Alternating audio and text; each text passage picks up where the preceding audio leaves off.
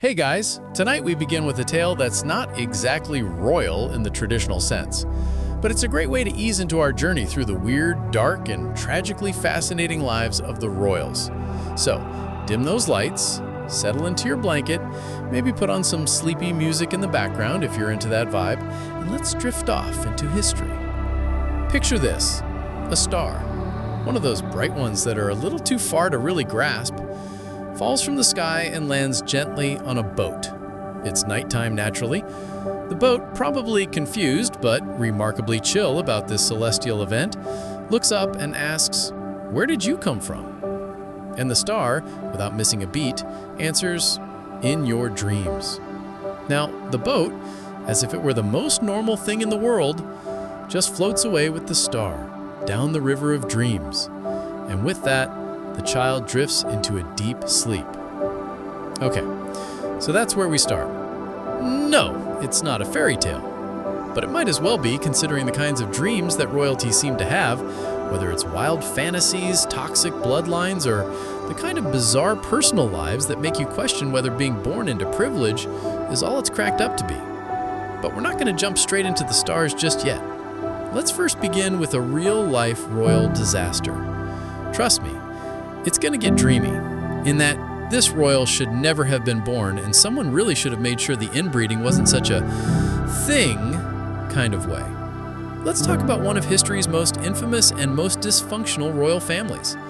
You know, those folks who are so deeply tangled in each other's drama that even a star falling from the sky couldn't distract them from their own spirals.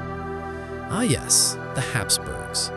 They're the royal equivalent of that family at the reunion who, despite the 17th and 18th century being over, are still very much here and somehow still genetically producing questionable decisions. The Habsburgs, if you didn't know, were a family so inbred it could make your head spin.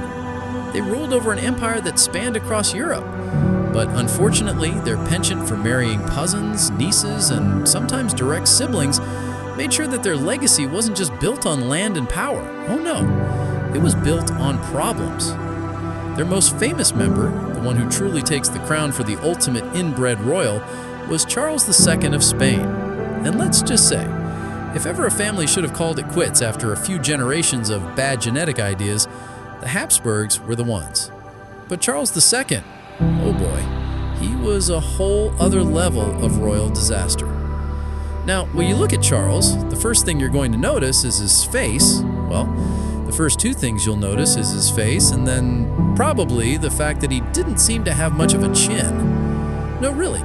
He had what's known as the Habsburg jaw, which is this weirdly pronounced, almost cartoonish overbite that's a direct result of decades of cousin-on-cousin action. Imagine trying to hold a cup of tea without looking like it's going to spill out of your mouth at any moment. It was that bad. But hold on, because this is just the beginning. You see, Charles II's face wasn't the worst part, not by a long shot. His entire body was essentially a genetic nightmare. He had all sorts of issues: intellectual disabilities, extreme physical deformities, and just overall weakness. His health was so fragile that even when he was crowned king at the age of 4, yes, 4, he was already on the decline. And then there's the emotional side of things. Poor Charles was trapped in the chaos of his family's intermarriage.